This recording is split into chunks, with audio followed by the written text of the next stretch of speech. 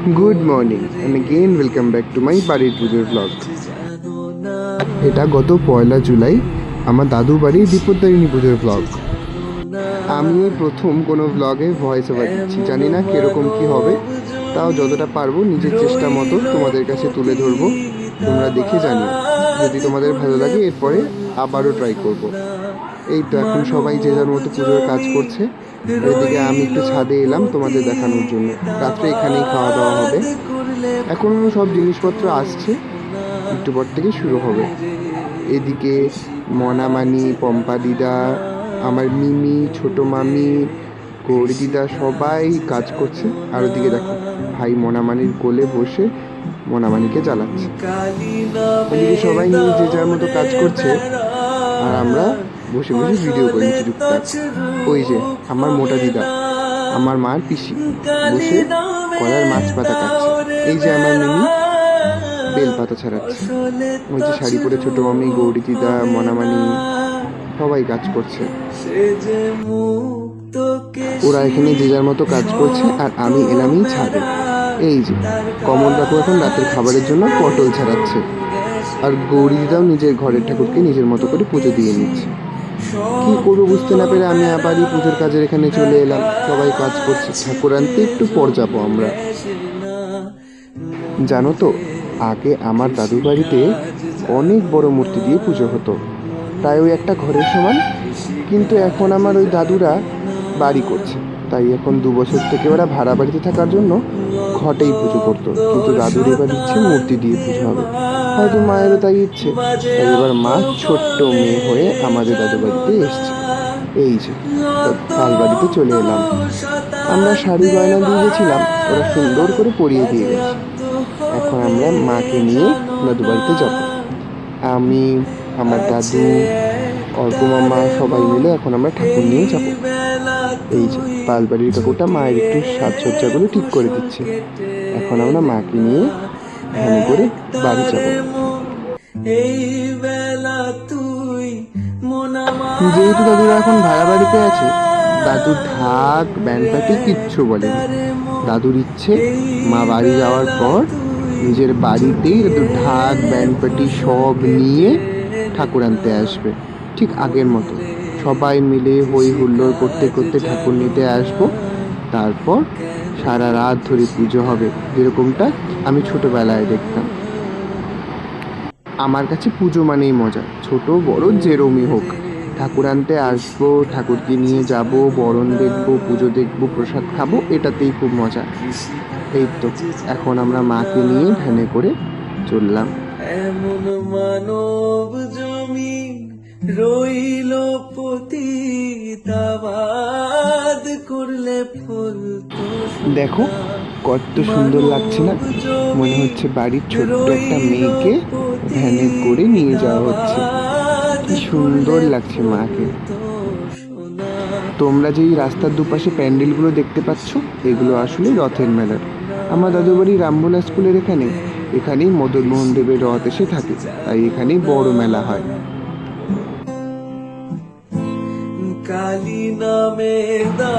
কথা বলতে বলতে মাও তার বাড়ির সামনে এসে হাজির। এবার মামা ঘাড়ে করে মাকে ঘরে নিয়ে যাচ্ছে।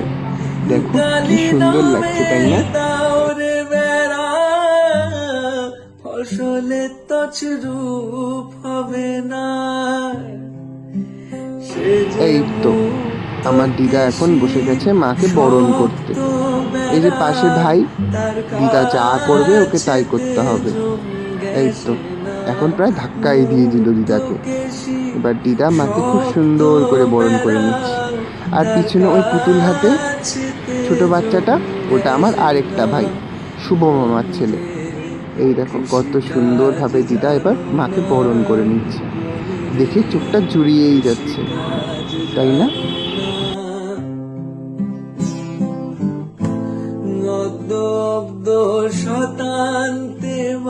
এই তো এখন মনামানি বরণ করছে। এদিকে মনামানি বরণ করছে, আর এদিকে ভাই হা করে মায়ের বরণ দেখছে। বাজেয়াপ্ত হবে জানো না, আছে এক তারে মন আসলে আমার দাদু বাড়িতে উপাসী লোকজন এত থাকে যে বরণ করতে করতে অনেকটা সময় লেগে যায়, আর আমার ভালোও লাগে সব দেখতে। এই যে এবার আমার ছোট মামি মাকে বরণ করে নিচ্ছে। এদিকে লুচি বেলা হচ্ছে, আর ওদিকে মাকে সবাই বরণ করে নিচ্ছে। এই তো দাদু এনে এবার মাকে আসনে বসিয়ে দিল। এবার মনে হচ্ছে পুজোর জায়গাটা খুব ভালোভাবে সম্পূর্ণ। এই যে মাকে আসতে দেখে সবাই এবার চলে এলো, কি সুন্দর লাগছে এবার। আর ওই যে দেখছো পুচকিটাকে, ও হচ্ছে আমার মনামানির ছেলে, আমার ভাই। এত দুষ্টু আর এত পাকা, 1.5 বছর বয়স থেকে একদম সমস্ত কথা বলতে পারে। আর আমি ওর দাদা হলেও আমাকে ও কুটু মামাই বলে ডাকে। কি যে বলবো। এই দেখো এখন সবাই প্রায় বসে পড়েছে, পুজোর জোগাড়ও হয়ে এসছে। পম্পাদিদা ফলগুলো সাজিয়ে নিচ্ছে, আর মনামানি যারা যারা ডালা ফল মিষ্টি দিয়েছে তাদের নামগুলো লিখছে। এই যে এতক্ষণ অপেক্ষা করার পর ব্রাহ্মণ দাদু এলো, এসেই ব্রাহ্মণ দাদু পুজো শুরু করে দিয়েছে। আর আস্তে আস্তে সবাই এসে পুজোর সামনে বসছে। এই দেখ আমি ভিডিও করে রাখছি।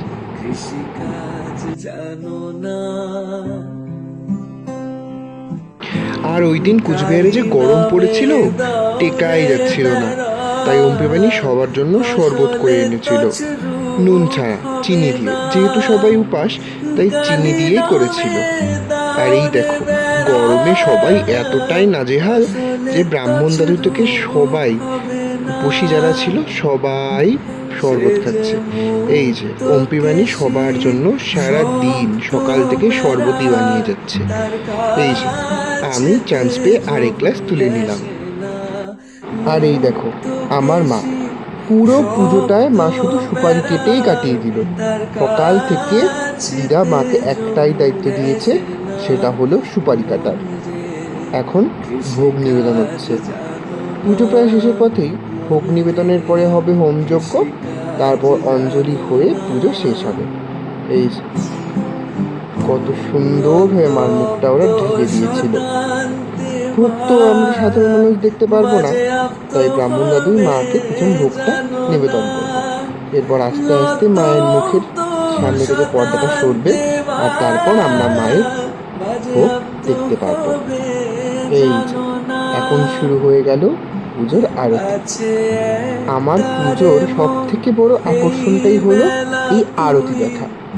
এত সুন্দর লাগে আমার আরতি দেখতে যে আমি মুগ্ধই হয়ে যাই।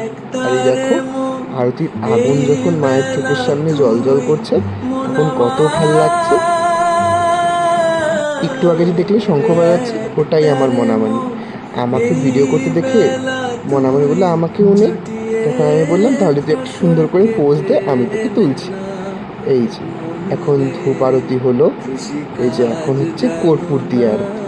দেখো মায়ের মুখটা কত সুন্দর লাগছে। জানো তো যেভাবে আমি আমাদের বাড়ির কালী পুজোর জন্য অপেক্ষা করে থাকি, তেমনি দাদু বাড়ির এই বিপত্তারিণী পুজোর জন্যও অপেক্ষা করি। এখন শুরু হলো হোমযজ্ঞ। আর ব্রাহ্মণ দাদু তো সবাইকে বলেই দিয়েছে যে মেয়েদের কাছে শাড়ির আঁচল আর ছেলেদের কাছে হাতের সামনে যা আছে তাই মাথায় দিয়ে নিতে, যাতে একটা চুলো যজ্ঞে না পড়ে, তাহলে মা নাকি অসন্তুষ্ট হবে।